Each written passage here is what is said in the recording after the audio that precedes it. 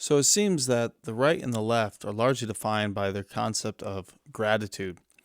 So whereas the right has gratitude and thankfulness for its condition, and the left seems to be largely defined by having being ungrateful and discontent for its status in life.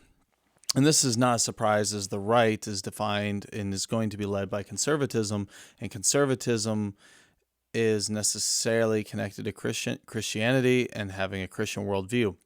And the left, having largely a material secular view, is going to be entirely defined by being discontent and ungrateful and unthankful. Now, this has a lot of implications and implications about how we engage and view the world, but where we see this manifest in almost no way larger in our current age is in holidays. So the concept of what is going to be the role of holidays in our society. Now we see, going back biblically, even as far back as Levitical law in the Old Testament, that the concept of holidays was to have celebration, to have thankfulness and gratitude. And what we see continually is a push to make the holidays more about discontentedness and shame.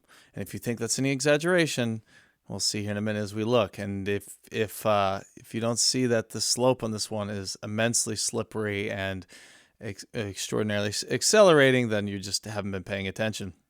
As conservatives and Christian-minded folks, we are called to express gratitude and thankfulness. And so what I suggest is, as a political strategy, to enjoy holidays. Regardless of how much they tell you to have shame for them, we're going to enjoy them even harder. And this, I believe, is a very winning political strategy. I think Saul Alinsky had this part right in his Rules to Radicals, is that the best plan is one that people enjoy doing. And this should be a no-brainer. This is an easy one. So I want to look at today a few pieces just from current media or culture about the view on the left being defined by discontentedness, and that's how they view you move society forward. And then also, how has this been affecting and manifesting in the holidays? And then, lastly, what do I suggest we do about it? So let's look here. This first bit is Charlie Kirk in a discussion with Vosh. If you're watching my video, you probably know who Charlie Kirk is. Vosh is, in my opinion, one of the more very sharp and intellectual YouTube socialist. He's very, very obviously an apologist and advocate for socialism, so I think he's profoundly wrong on everything, or not everything, nearly everything, but he is, I believe, a very smart man. He may be dishonest, but very, very smart man. So they're having it in contextualizes the left's position and dialectical materialism quite well. So here's a position of Vosh as it comes to the role of education and gratitude. Is the goal to try to have young people graduate by the time of high school to be skeptical, apprehensive, and not very proud of the country, or eventually tell a true and patriotic story where you have people graduating that are thankful and have gratitude? That's the purpose of education when it comes through. Gratitude is not the purpose of education.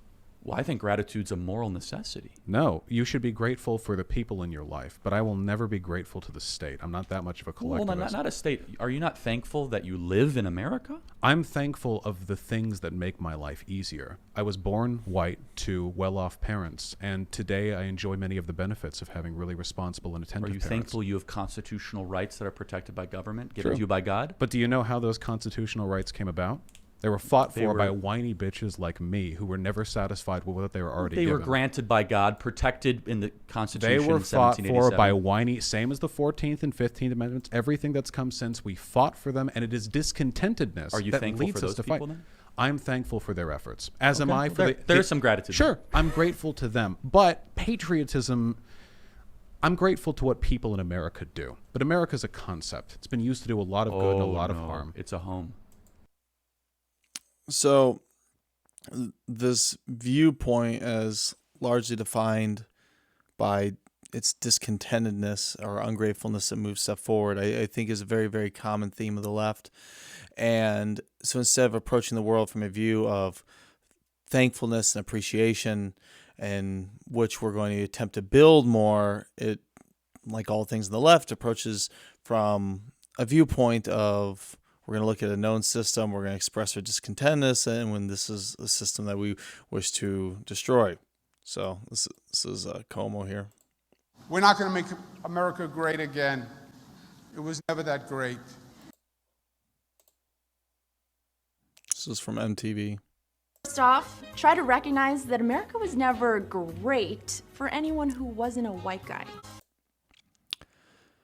So, real quick on whether America was great or not. I mean, we can look at pretty much any objective. If we want to look at, we can look at fairly objectively and use the meter of literally any other society ever. So, if America isn't great, if the nation that, helped with abolishing the mankind's existence long global trade on other human beings, the nation that did better to enshrine the rights of free speech and freedom of religion, the nation that enshrined this 3 separate power branches of government.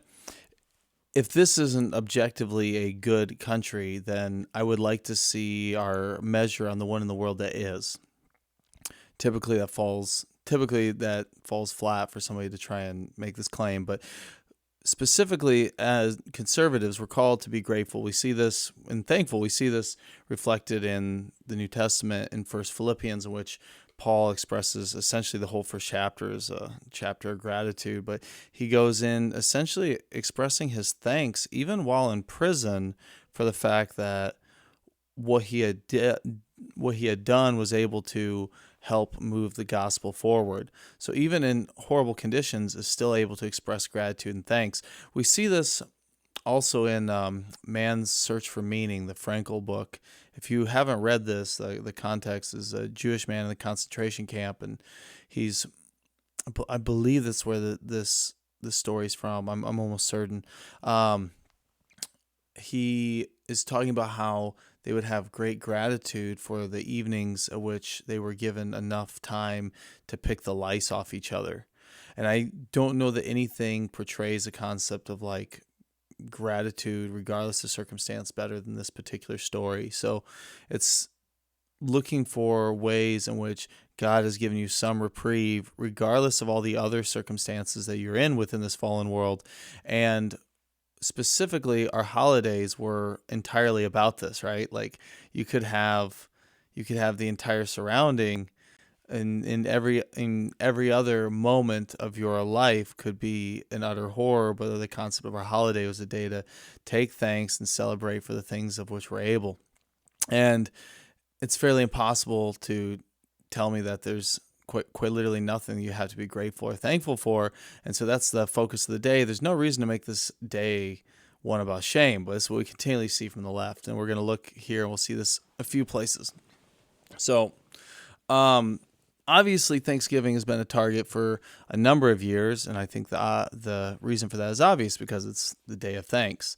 So very specifically, this day has to be inverted to be turned into a day of shame. And it's interesting because this article talks about at the beginning here, like this is a productive way of, even if you took the position of colonizers bad, even if you took no context of European expansion and no value in what they contributed, here would be still a productive way in which we could view something like Thanksgiving. Fleming, a professor of Native American Studies at Montana State University who observes the holiday, says it's a chance for people to come together, feast, and celebrate.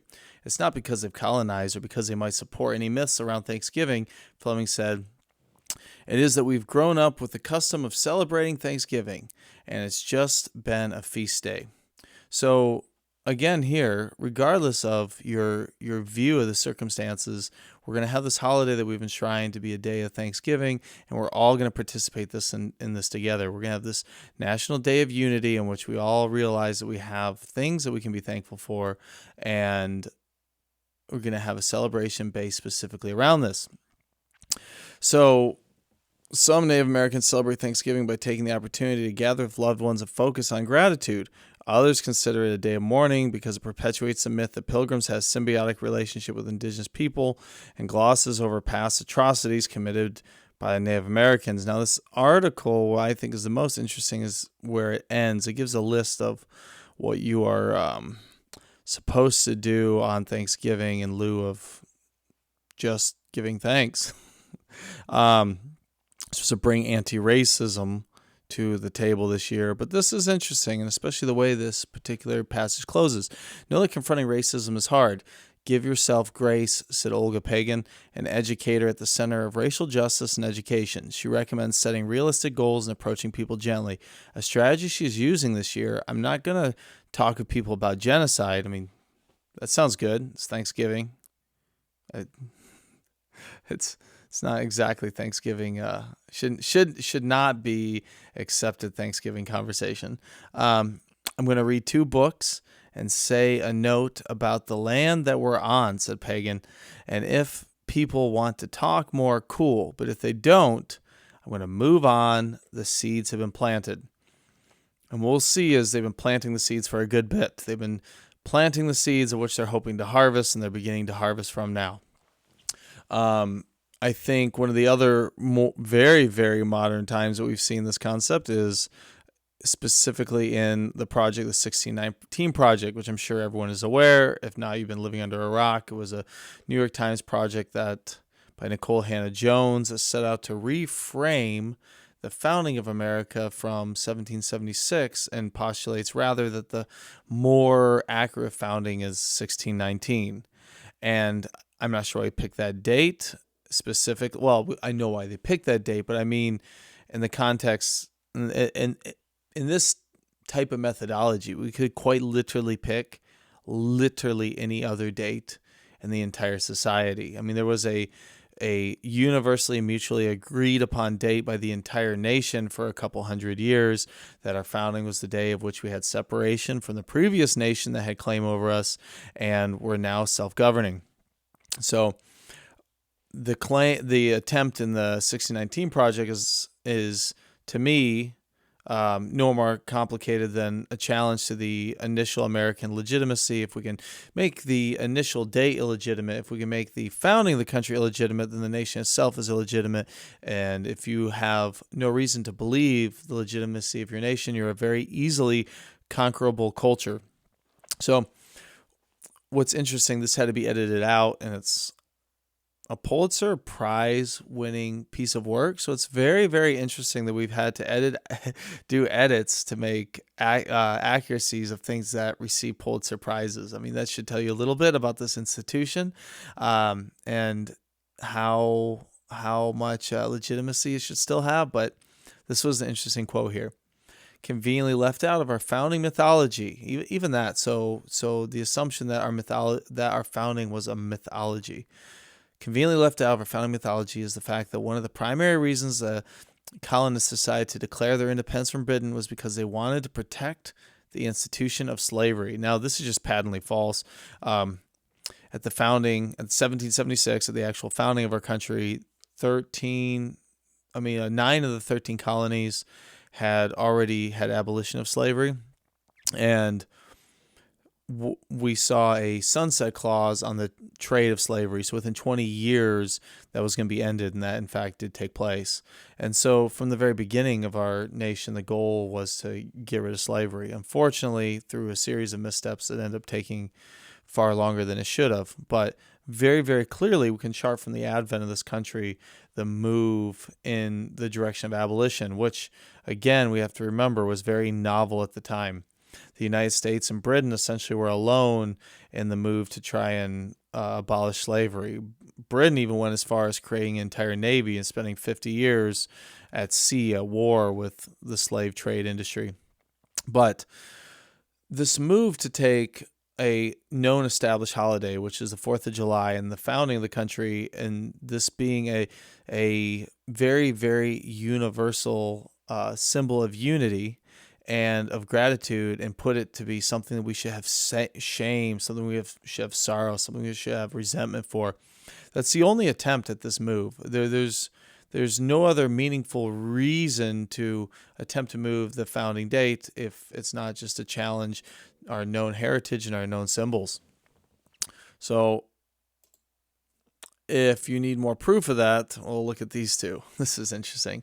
National Geographic. Scientists have found that even our expression of the holiday is causing a negative impact on,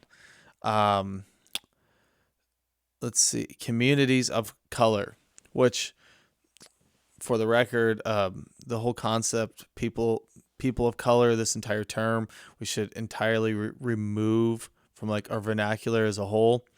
It serves no other function than to create two classes of people, which is white people and all others. So what, 10% of the world versus all others? This is a term we should just drop from our vernacular altogether. But yeah, so here's another great one. This is from Cori Bush, sitting federal legislator. When they say that the 4th of July is about American freedom, remember this. Freedom they're referring to is for white people. This land is stolen land, and black people still aren't free. So it's very, very hard to argue that we're approaching this holiday of 4th of July from a point of gratitude and thankfulness when the claim specifically here is that people still aren't free in the United States today. The place that I see this shake out probably, though, better than anywhere else, the way that we can actually contextualize and look at this in a like progressive year-over-year form is with Columbus Day. The very, very hotly contested Columbus Day. So if we go back even in as recent history as 1986, what we're going to find is that in most of these, the first two paragraphs are kind of boilerplate explanation of what the actual voyage was and a little bit about the background of Mr. Columbus himself. And it's the middle couple paragraphs that there's a lot of variability. So we are nearing the year 1992 when the world will celebrate the 500th anniversary of Columbus's voyage of the America. Oh, so for context, 1986, Ronald Reagan. Since we are nearing the year 1992 and the world will celebrate the 500th anniversary of Columbus's first voyage to the Americas, Christopher Columbus Quincentenary Jubilee Commission, a distinguished group of Americans aided by representatives from Spain and Italy, held its initial works in Chicago. They'll make recommendations about the nation's observance of the celebration, but this quote is the most interesting. The passage of time, nearly half a millennium, has not diminished the glory of the admiral of the ocean seas, nor could it ever. So this concept that even after 500 years, that we still can have a fair contextualized view of Christopher Columbus and his impact on our nation and the West as a whole, and that we can have great thanks and gratitude and let this be a system of celebration. So what's interesting, let's go forward just a couple of years, 1992. Now look at now a couple of things.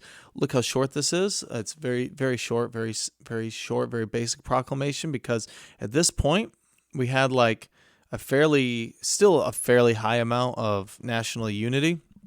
And so things like the holiday were kind of like implicitly understood. And this is interesting. So this, our middle paragraphs, again, most of it's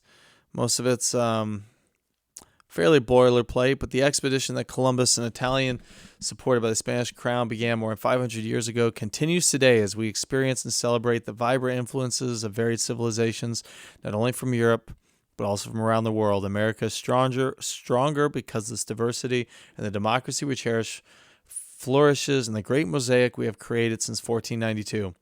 Americans of Italian and Spanish heritage can be particularly proud not only of Columbus' achievement, but also of their own contributions to our country. As we honor and remember Columbus, let us use his examples as a beacon to help guide us in the 21st century. His life, his voyages, and above all, his vision can inspire us as we prepare for the challenges that lie ahead. Let us remember that all of us, regardless of our origins, are important participants in that journey, and that Our uncertainty about what lies over the horizon should not shake our faith. Together we'll succeed. Now, so again, this proclamation is great. It references Columbus. It references the fact that we've got this great patchwork mosaic of people in the nation now, and that we can all of us can look back at 1492 as like the advent of this great society that we're in now. Let's go forward a little bit, because again, before anybody throws a slippery slope, I'm going to show we've significantly gone down the slippery slope, and it's actually like exponentially escalating. So this is Columbus Day 2009. Barack Obama.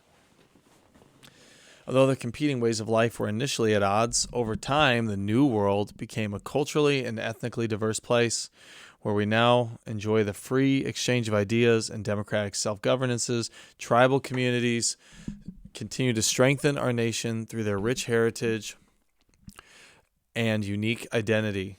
Columbus inspired generations of men and women to search out the farthest reaches of the world, from the coast of Newfoundland to the Gulf of Mexico. Explorers of the Italian descent have directly influenced the growth of North America. Their dedication to our country has helped lay the foundation on which America was built. Today, Italian Americans continue to build immeasurably to the identity of our nation as role models, leaders, innovators, and committed public servants. From the boardroom to the classroom, they are prominent in every facet of American life. So, again, reference to the New World, reference to this big mosaic of our society, but still being one people. A small reference to tribal communities here, and at least in so much that they continue to strengthen the nation by through their rich heritage and unique identity. Now, 2013.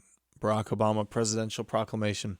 As Christopher Columbus and his crew made landfall, they could not have foreseen the ways in which their journey would shake contemporary understanding of the world, or the lasting mark their arrival would leave on the Native American societies they encountered. So as we celebrate the bold legacy of Christopher Columbus, we also pay tribute to the honorable yet arduous history of Native Americans, to whom the United States will always remain strong nation-to-nation relationships. Now, it's interesting. It's the first time that we've seen Native Americans referenced specifically as a separate nation. Now, I understand how in the legal sense it shakes out, but ultimately, at the end of the day, we are all shared in being Americans, and we're starting to see this drift in a sense, to viewing it as separate.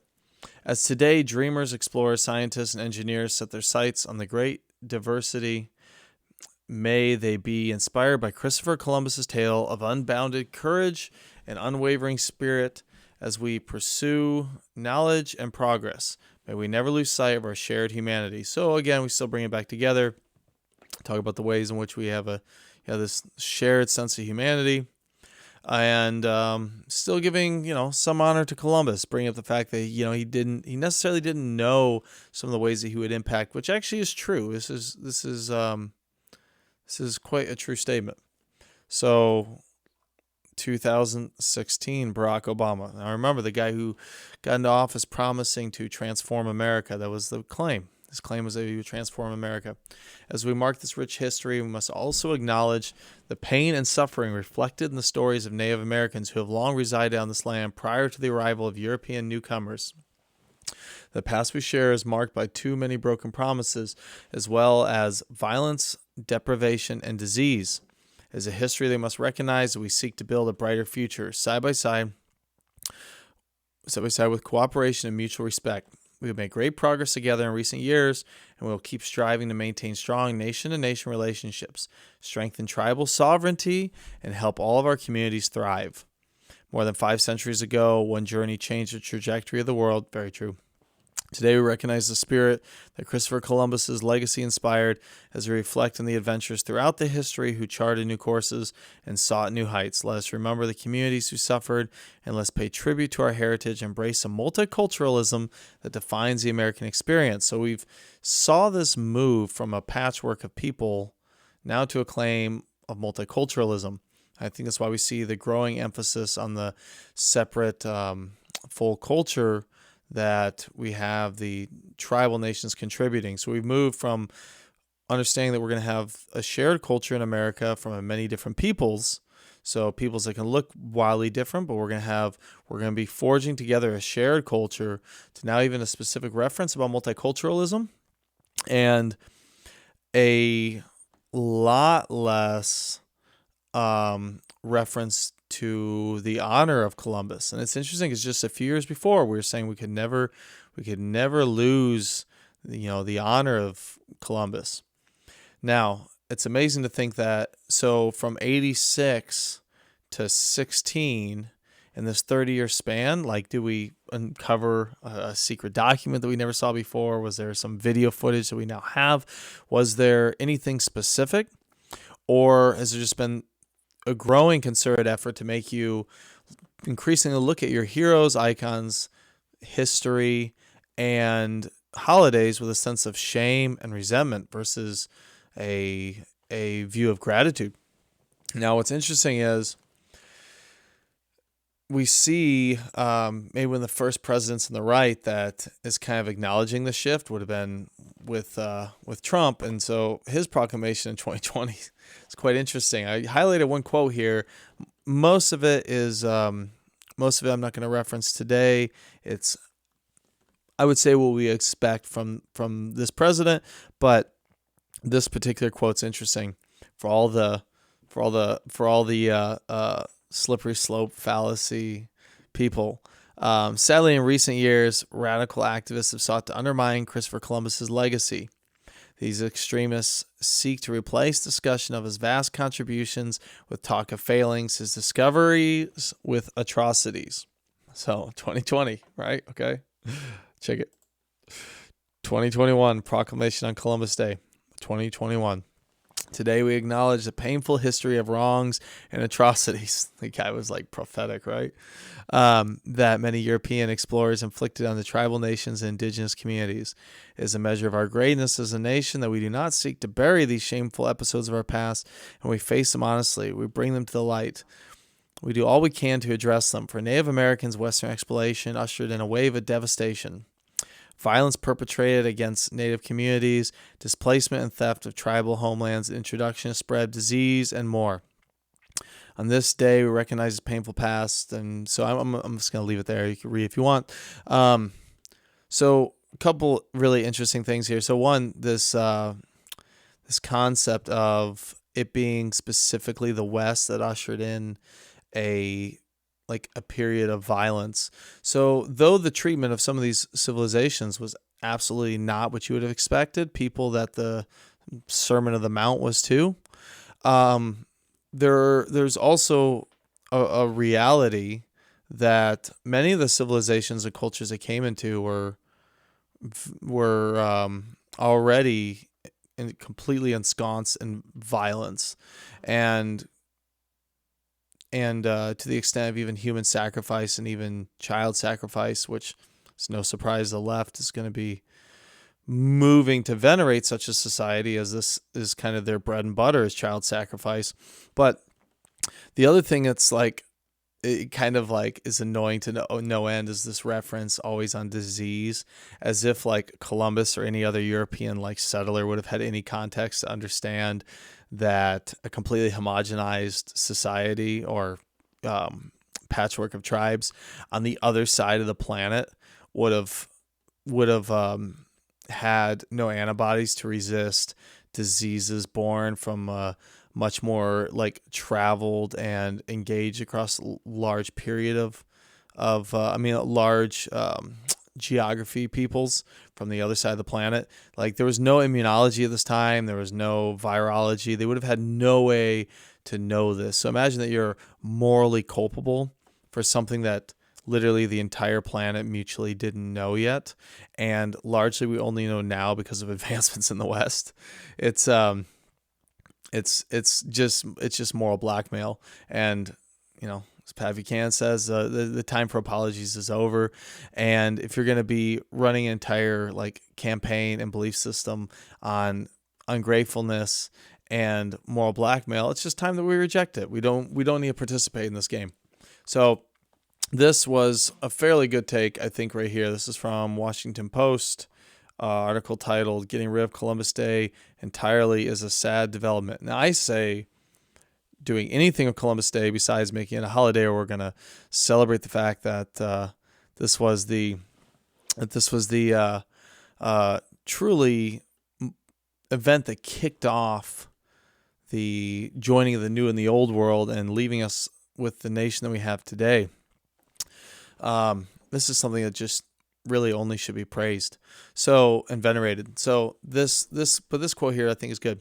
Western civilization remains, for all its historical faults, the noblest civilization mankind has yet devised.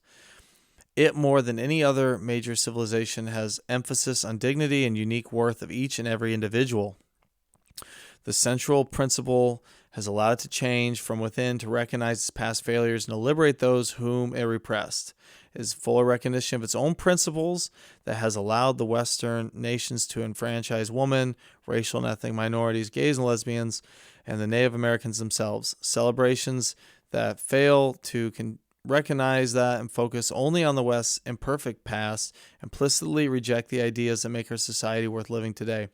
It is surely no coincidence that Latin American nations governed by socialist regimes have chosen to rename their Columbus Day celebrations. Nicaragua's Sandinista government, for example, has renamed Columbus Day specific Day of the Indigenous, Black, and Popular Resistance, while the late socialist dictator Hugo Chavez had Venezuela change it to Day of the Indigenous Resistance. Their aims were clear: label Western civilization as inherently oppressive and rapacious, and set their socialist governments as an alternative. So I don't think we're experiencing literally anything different here. And it's not isolated to Columbus Day. It's starting with Columbus Day, because Columbus is the easiest target for them. They take something that happened 500 years ago, so we're the farthest removed from it historically. And if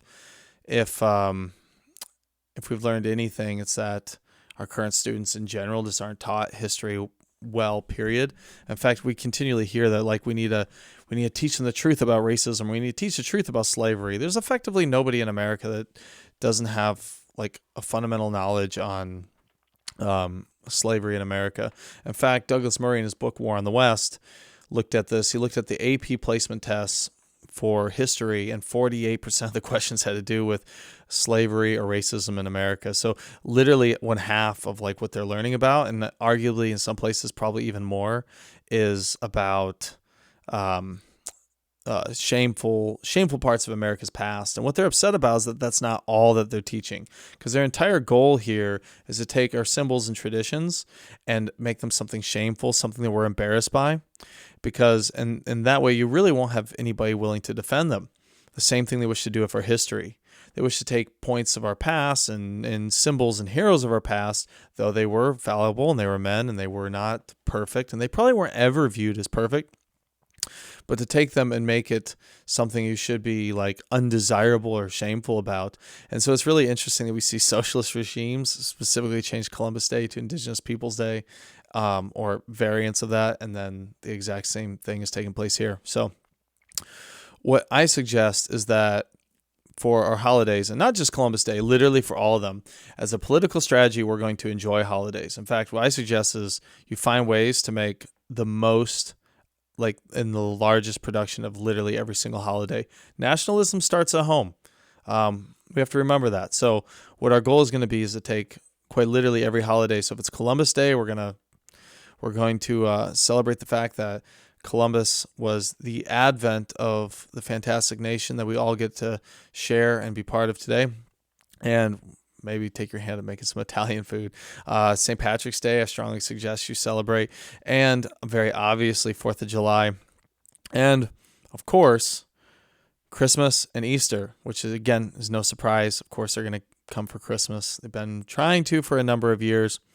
And if it's going to start with Columbus Day, and if the statues over the last couple of years hasn't like taught us anything, it should have taught us this, that the argument that they're going to stop at some point over entirely changing our culture to one that's completely filled with nothing but like discontentment and malice, and it's ultimately going to lead you to just a much less happy people. And So what I suggest, we follow Saul Alinsky's principle here. The best strategy is one that people are going to enjoy. And this is one that people should really be able to enjoy quite easily. We celebrate holidays. We are not going to allow any of them to be turned into a holiday of which shame is the primary thing we're supposed to experience, where shame or mourning are going to be part of our holidays. Our holidays are entirely going to be one to have thanks to our Lord and gratitude for letting us live in this nation that we do. So that's the plan.